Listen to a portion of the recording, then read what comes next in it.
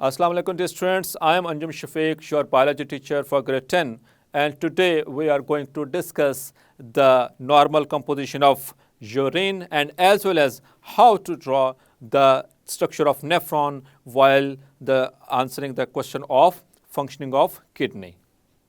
So dear students, आज के lecture में हम एक तो देखने जा रहे हैं कि किस तरह से हमने ड्रॉ करनी है फंक्शनिंग ऑफ किडनी की डायग्राम, एंड नंबर 2 उसमें देखेंगे कंपोजिशन ऑफ नॉर्मल यूरिन वो किस तरह से होता है और उसकी बेसिक फ्लो चार्ट के साथ समझने की कोशिश करेंगे फंक्शनिंग को भी और डायग्राम को भी, ताकि टेक्निकल तरीके से आपको याद रह सके कि अगर ये लॉन्ग क्वेश्चन आता है तो उसमें किस तरह से डायग्राम को ड्रॉ करना है और किस तरह से इसको हम मेमोराइज कर सकते हैं डायग्राम के ज़रिए. So my dear students, let's start with the diagram of functioning of kidney.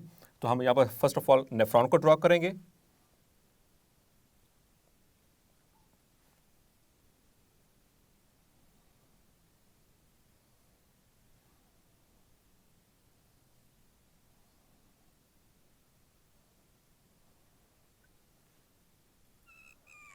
So my dear students, आप मेरे साथ साथ डायग्राम ड्रॉ करें ताकि आपको भी ड्रॉ करने आए, क्योंकि हमारी बुक में ड्रॉन है, मैं भी आपको ड्रॉ करने का सिखा रहा हूँ. आप साथ साथ मेरे साथ इसको प्रैक्टिस करेंगे तो इंशाल्लाह आपको भी इसको ड्रॉ करना आसानी से आ जाएगा. सो ये बहुत बड़ा को प्रॉब्लम नहीं है. मोस्टली स्टूडेंट्स क्या करते हैं कि वो इसको छोड़ देते हैं क्योंकि मुश्किल लगता है. मैं यहाँ पर आपके लिए सिर्फ इसीलिए ड्रॉ करके दिखा रहा हूँ ताकि आपको ये पता चल सके कि ये इसको ड्रॉ करना कोई बड़ी बात नहीं है, कोई मुश्किल बात नहीं है. सिर्फ आप कॉन्सेंट्रेट करते जाएं, अपने सामने अपना रजिस्टर खोलें और इसके साथ साथ जैसे जैसे मैं ड्रॉ करता जा रहा हूँ आप उसके साथ प्रैक्टिस करें तो इंशाल्लाह आपको भी आसान लगेगा. सो पहले हम इसको नेफ्रॉन की डायग्राम को ड्रॉ करेंगे, फिर उसके बाद इसको फंक्शनिंग ऑफ किडनी वाला जो नेफ्रॉन है उस डायग्राम को इसमें शामिल करेंगे कि किस तरह से हमने इसको लेबल करना है और किस तरह से हमें इसको ड्रॉ भी करना है.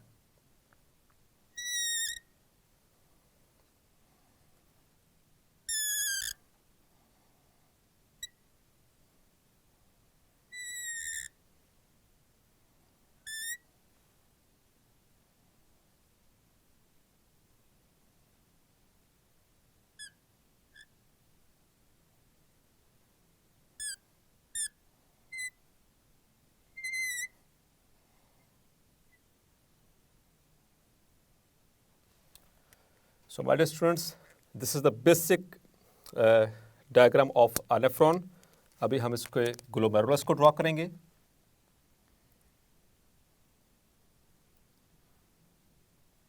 So it is very easy.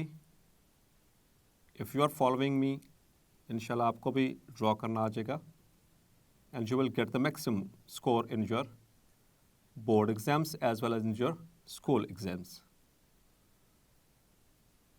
यहाँ से आज हम कुछ MCQs को भी डिस्कस करेंगे जो इससे रिलेटेड बन सकते हैं.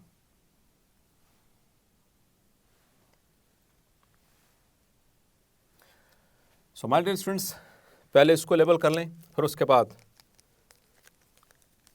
इसके डायग्राम को कंप्लीट करूंगा मैं. सो दिस इज कलेक्टिंग ट्यूब्यूल और कलेक्टिंग डक्ट, और ये बहुत सारे दूसरे नेफ्रॉन्स के डिस्टल कॉन्वोल्यूटेड ट्यूब्यूल आकर ड्रेन कर रही है. इस पोर्शन को हमने कहा था this is distal convoluted tubule. और माय डियर स्टूडेंट्स, आपको याद होगा इसको शॉर्ट फॉर्म में हमने किस तरह से इसको एब्रिविएट किया था, DCT. तो डिस्टल का मतलब पहले भी मैं बता चुका हूँ, अब दोबारा से समझा देता हूँ ताकि आपको इसका कंसेप्ट क्लियर हो सके. डिस्टल ये डिस्टेंस से है, मतलब फासले से.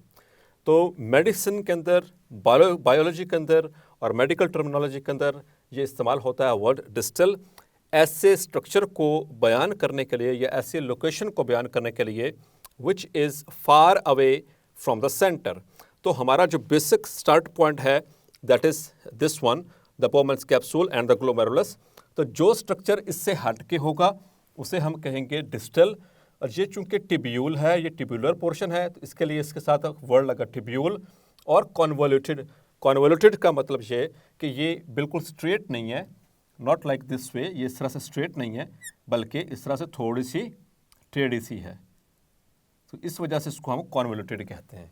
ठीक है my dear students, so this is distal convoluted tubule.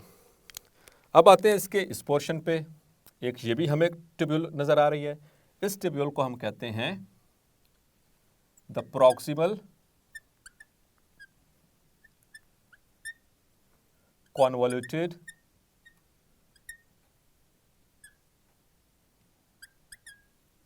Tubule, और इसको हम एब्रिवेट करते हैं PCT। So my dear students, proximal का मतलब कि ऐसा स्ट्रक्चर या ऐसे कोई भी लोकेशन जो कि सेंट्रल पॉइंट्स के करीब होगी उसे हम कहते हैं प्रॉक्सिमल। ये प्रॉक्सिमिटी सी है, मतलब कि करीब होना। और कॉन्वोल्यूटेड का मतलब अगेन उसी तरह से जैसे मैंने यहाँ पर बताया कि मतलब कि थोड़ा सा ऐसे टेढ़ी होती है, बिल्कुल स्ट्रेट अवे नहीं होती।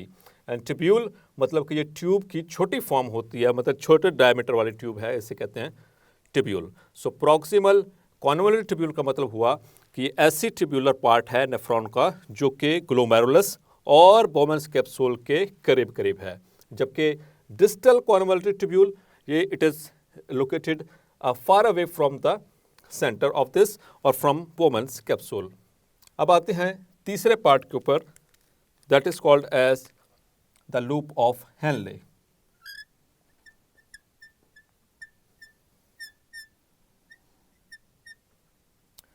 और माय डियर स्टूडेंट्स, आपको याद होगा कि लूप ऑफ हेनले को दो पार्ट्स में डिवाइड किया था। ये पहला पोर्शन है इसका, इसे क्या कहते हैं? This is the descending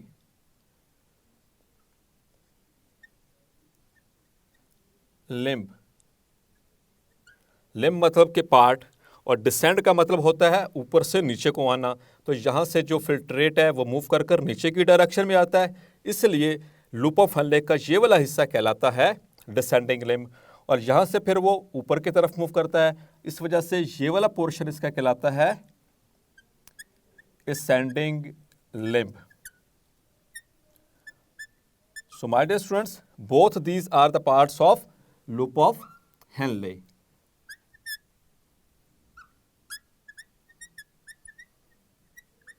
Descending limb and ascending limb.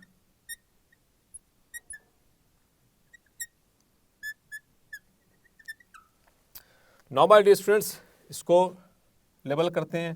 तो आपको याद होगा ये कप शेप जो स्ट्रक्चर है, एक कप शेप स्वेलिंग होती है जो मौजूद है, जिसने एनक्लोज किया हुआ है, किसके गिर्द मौजूद है? ग्लोमेरुलस के गिर्द।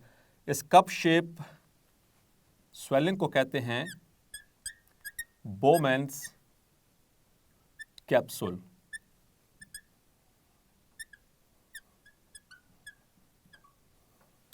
और इसके जिसको इनक्लोज किया हुआ है इसने, इस स्ट्रक्चर को हम कहते हैं ग्लोमेरुलस। आपने कभी सोचा कि ये बोमेन्स कैप्सूल को बोमेन्स कैप्सूल क्यों कहते हैं? Because on the name of the scientist जिसने इसको डिस्कवर किया। सो this is glomerulus. So glomerulus को हम पहले भी डिफाइन कर चुके हैं कि ये एक नेटवर्क और टफ्ट ऑफ कैपिलरीज है जो शुरू कहाँ से होता है? इस ब्रांच से। ये एरो हेड में नीचे की डायरेक्शन में लगाया, और लास्ट टाइम ये बताया था कि ये ब्लड लेकर एंटर हो रहा है ग्लोमेरुलस के अंदर, तो इसको हम कहते हैं दिस इज आफ्रेंट आर्टेरियोल। आफ्रेंट का मतलब कि ये वाली ब्लड वेसल जो है ये लेकर आ रही है टुवर्ड्स द बोमेन्स कैप्सूल और टुवर्ड्स द ग्लोमेरुलस, और यहां से लेकर निकलेगी कौन? That is called as efferent. E से याद रखिएगा, ई का मतलब एग्जिट। सो ये यहां से ब्लड को लेकर निकलेगी, ईफ्रेंट आर्टेरियोल। तो माय डियर स्टूडेंट्स, आर्टेरियोल किसे कहते हैं? आपको याद होगा, आपने प्रीवियस ग्रेड में पढ़ा कि जो ब्लड वेसल्स होती हैं वो तीन तरह की होती हैं, arteries, capillaries and veins. Artery divide करती है छोटी ब्रांचेस के अंदर छोटे डायमीटर के साथ, उन छोटी ब्रांचेस को कहा जाता है आर्टेरियोल्स। तो ये किसकी ब्रांच है? afferent arteriole और efferent arteriole. So these are the branches of renal artery. आपको पहले बताया था कि जो किडनी के अंदर जो ब्लड वेसल ब्लड लेकर आ रही है दैट इज renal artery. तो अगर आपसे पूछा जाए कि afferent arteriole कहाँ से आ रही है, so it is coming from the renal artery. शाबाश. Now my dear students, अब हम ड्रॉ करेंगे यहाँ से efferent arteriole मजीद डिवाइड करेगी।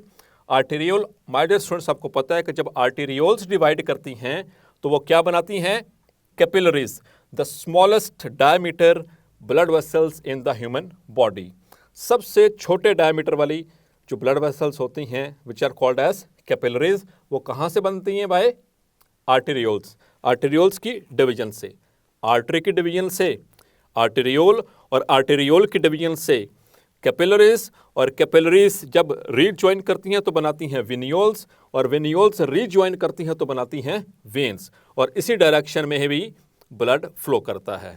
तो माय डियर स्टूडेंट्स याद रखिएगा, आफ्रेंट आर्टेरियोल एंटर हुई ग्लोमेरुलस के अंदर, ग्लोमेरुलस के अंदर उसने कैपिलरी नेटवर्क बनाया, और उसके बाद फिर वो वहाँ से इफ्रेंट आर्टेरियोल की शक्ल में बाहर आई। अब यहाँ पर निकलने के बाद ये डिवाइड करेगी, क्योंकि आर्टेरियोल है तो आर्टेरियोल डिवाइड करके क्या बनाती है माय डियर स्टूडेंट्स? कैपिलरीज। शाबाश। सो यहाँ से ये इसके सराउंडिंग में हम ड्रॉ कर रहे हैं, दिस आर द कैपिलरीज।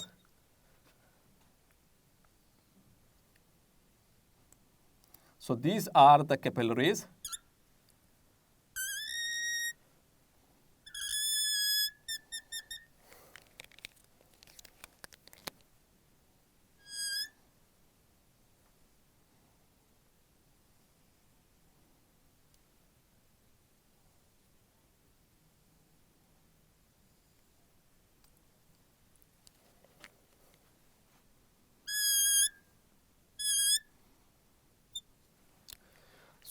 अब माय डियर स्टूडेंट्स देखें, that was the efferent arteriole. Efferent arteriole divide हुई तो उसने क्या बना दी? कैपिलरीज। तो ये कैपिलरीज किसके गिर्द मौजूद हैं माय डियर स्टूडेंट्स? जैसा कि आपको नजर आ रहा है, ये वाली कैपिलरीज मौजूद हैं अराउंड द टिब्यूलर पोर्शन। इसी वजह से इनको नाम दिया जाता है पेरीटिब्यूलर कैपिलरीज का। So these capillaries are called as peritubular capillaries.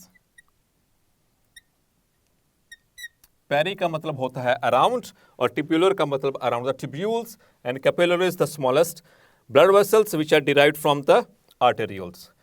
और इसके बाद ये कुछ लूप ऑफ हेनले के गिर्द भी मौजूद हैं। सो माय डियर स्टूडेंट्स, आपको एक एडिशनल इंफॉर्मेशन देता चलूँ, जो पेरीटिब्यूलर कैपिलरीज, जो कैपिलरीज इस टिब्यूल्स के अलावा लूप ऑफ हेनले में होंगी, इन कैपिलरीज को कहा जाता है वाजा रेक्टा। जो टिब्यूल्स के गिर्द हैं उनको पेरीटिब्यूलर कहा जाता है, और जो इस लूप ऑफ हेनले के गिर्द हैं उनको वाजा रेक्टा कहा जाता है। और माय डियर स्टूडेंट्स, एक और चीज़ आपने जहन में रखनी है कि vasa recta they are only present in juxtamedullary nephrons. और आपको याद होगा कि मैंने आपको बताया था कि juxtamedullary नेफ्रॉन्स कौन से होते हैं? ऐसे नेफ्रॉन्स जो कॉर्टेक्स के बॉर्डर पे और मेडल्ला के बॉर्डर पे होंगे, और इनका जो लूप है that lies deep into the medulla. So that very nephrons are called as juxtamedullary nephrons.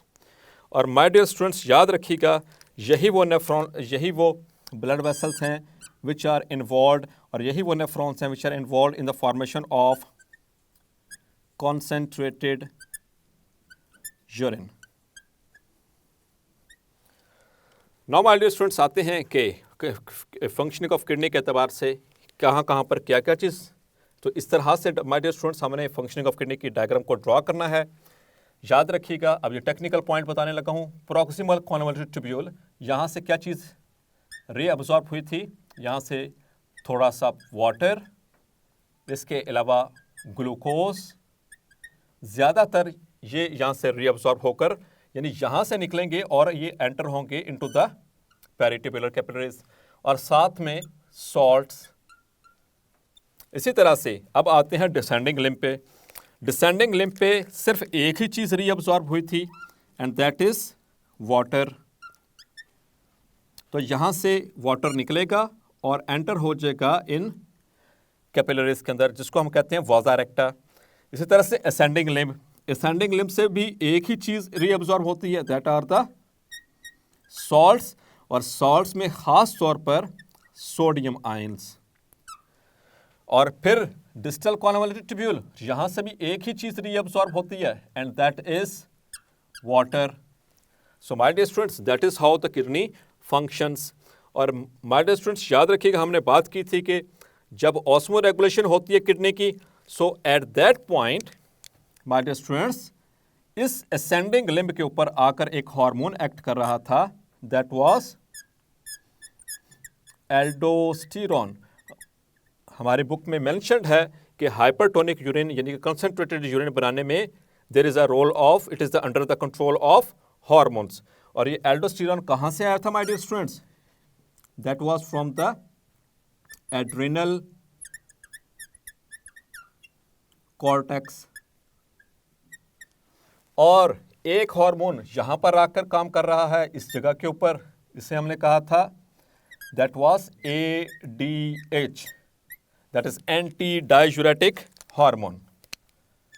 और वो कहां से आया था my dear students?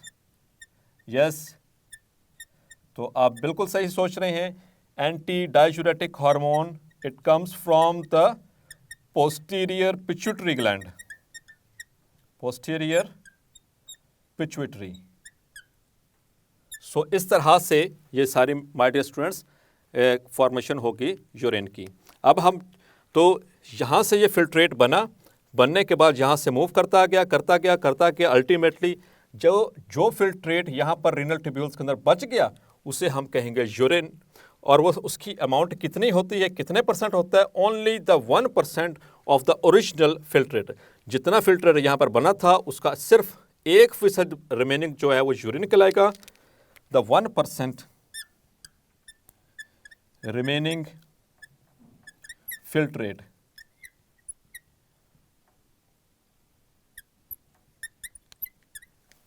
is called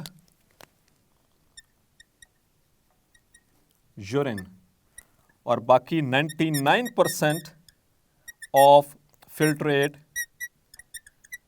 is reabsorbed। अब हम बात करते हैं कंपोजिशन के एतबार से। यूरिन की composition, normal composition of urine. तो उसमें माय डियर स्टूडेंट्स सबसे पहले कंपोनेंट है water. Water is about 95%। Second component is urea. Urea is 9.3 grams पर लीटर। उसके बाद number 3 is the chloride ions and they constitute about 1.87 grams per liter. Number 4 is the sodium ions. They constitute about 1.17 grams per liter. And number 5, other salts, they vary. So my dear students, remember one thing, that एक normal urine के अंदर ना तो red cells आएंगे और ना ही एक normal urine के अंदर ना तो रेड सेल्स हैं और ना ही glucose. So my dear students, glucose के हवाले से एक बात याद रखनी है आपने कि ग्लूकोज आम तौर पर ऐसे लोगों के यूरिन में आता है जो डायबिटीज़ से सफ़र कर रहे होते हैं। सो होपफुली आज का लेक्चर आपको क्लैरिफाई हो गया होगा कि किस तरह से डायग्राम बनानी है, किस तरह से टेक्निकल पॉइंट्स हैं उनको मेंशन करना है, normal composition of urine. So dear students, आपने देखा कि किस तरह से हम फंक्शनिंग ऑफ किडनी के नेफ्रॉन की किस तरह से हम डायग्राम को ड्रॉ कर सकते हैं और किस तरह से उनके पार्ट्स को हमने लेबल किया, किस तरह से हमने उनके मार्किंग्स की, किस तरह से उसकी एक एक पॉइंट को ऊपर हमने इस चीज़ को मेंशन किया कि कौन सा पार्ट कौन से फंक्शन में इन्वॉल्व है। और एट द एंड हमने नॉर्मल कंपोजिशन ऑफ यूरिन भी देखी। इसी के साथ आपसे इजाज़त चाहूँगा, मिलते हैं नेक्स्ट लेक्चर में। अनटिल देन, अल्लाह हाफिज़।